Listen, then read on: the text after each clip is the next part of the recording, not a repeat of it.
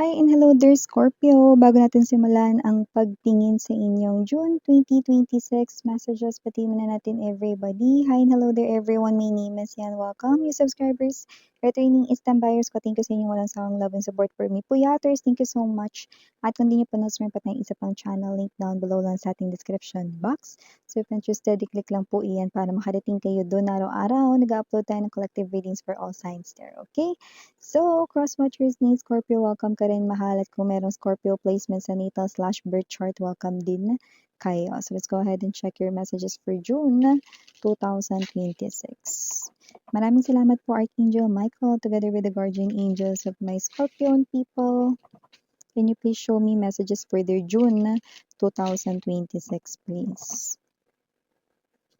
June 2026 messages for my dear Scorpions. What do we have here for them, please? Scorpio.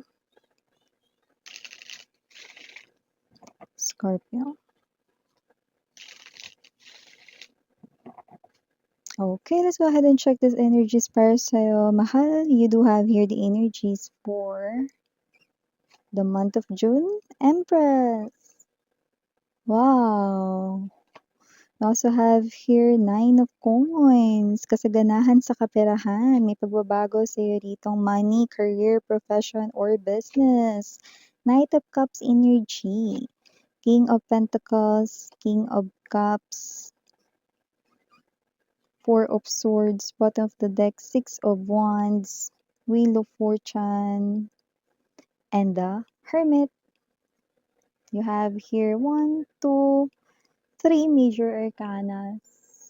So, I do see, Scorpio, no, na meron ditong energy ng meron ditong mga parang iiwas sa'yo, you know. Pero hindi dahil hindi ka nila gusto, kundi dahil may crush sila sa'yo.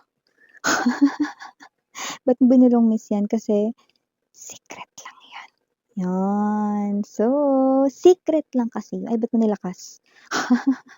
Secret lang kasi yon, yan, no. So, mapapansin mo, ibig sabihin, no, sa trabaho mo ito.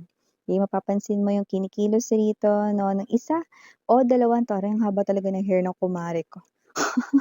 Isa ha, pero sa iba dalawa ha, na umiiwas sa'yo rito, no, ng mga kasamahan sa trabaho or kilala mo sa trabaho, yan, no, dahil magsisimula na silang magkagusto sa'yo, no? Yun, no? Kasi may mga tao na parang nahihiya, hindi alam kung anong ikikilos o gagawin kapag nandiyan ka na. May mga ganun, di ba? Pagka, parang nung high school vibes, di ba? Pag nandiyan yung crush mo, tatago ka, no? Kahit hindi ka naman niya nakita.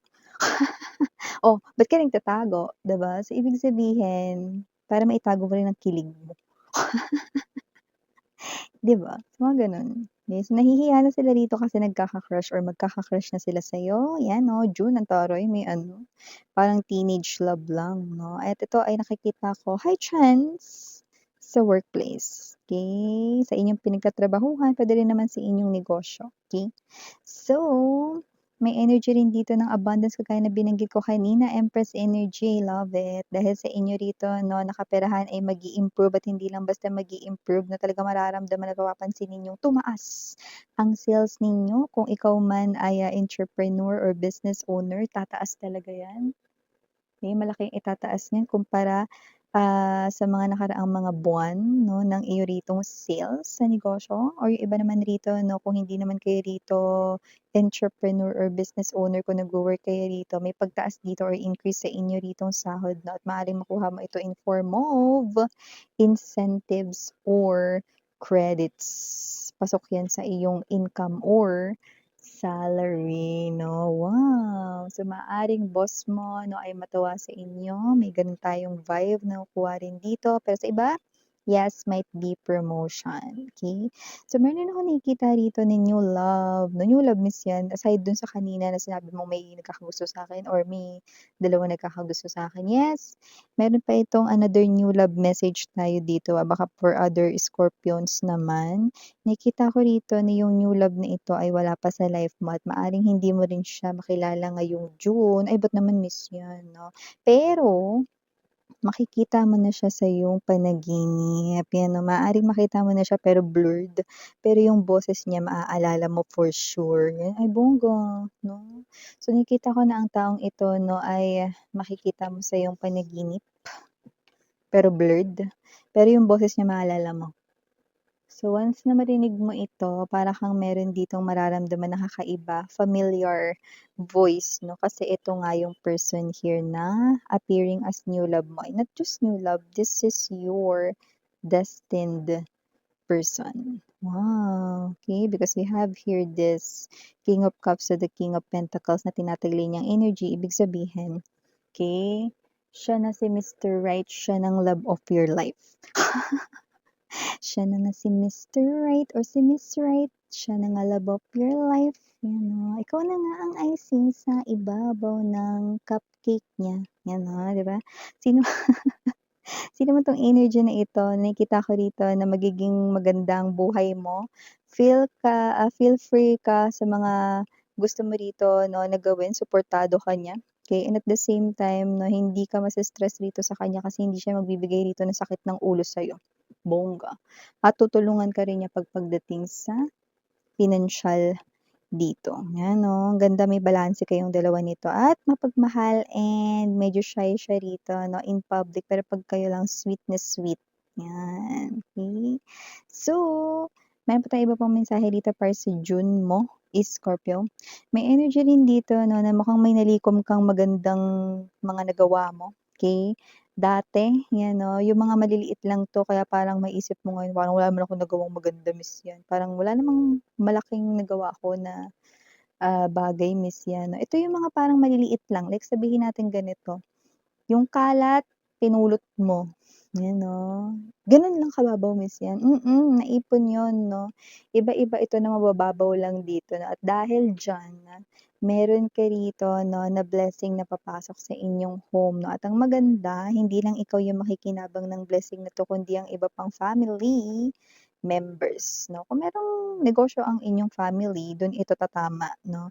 Pero kung wala naman 'no, sa loob ng inyong tahanan papasok ito 'no, at mukhang hindi lang ikaw ang mabibigyan, maaambunan din ng biyaya ang mga kasama mo sa bahay, okey. May paggaan ng vibe sa loob ng tahanan and gagaan din 'no ang energy, okey, ng inyo ritong mga, situations na dini-deal sa home, 'yan 'no. Sa money, sa mga bayarin, sa bills, expenses, 'yan, okey. May pag-alwan, ay bongga 'no, sana all.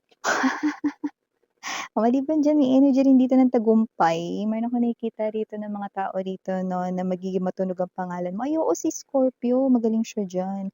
Ay dun kay Scorpio ano kasi ano, so maaaring may energy rito 'no na maaaring, word of mouth 'no, na puwedeng, ikaw yung unang maiisip ng mga tao rito 'no, at ikaw yung, ire-recommend 'no, or parang parang referral gano'n 'no.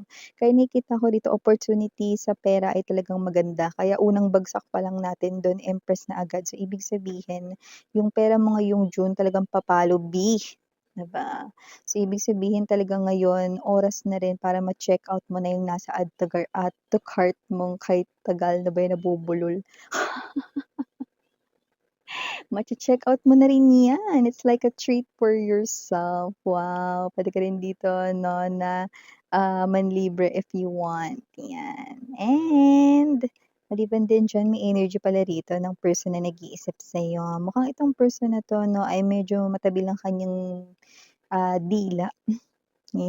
At hindi ko naman napi-pick up na love life lang yun. Parang may energy rito ng tuloy-tuloy kasi siya rito kung magsalita, hindi nag-iisip 'no, tapos 'pag nahimasmasan dun niya maiisip na, "Ay, masyado atang, masakit yung nasabi ko or parang mali ata yung nasabi ko." 'Yan.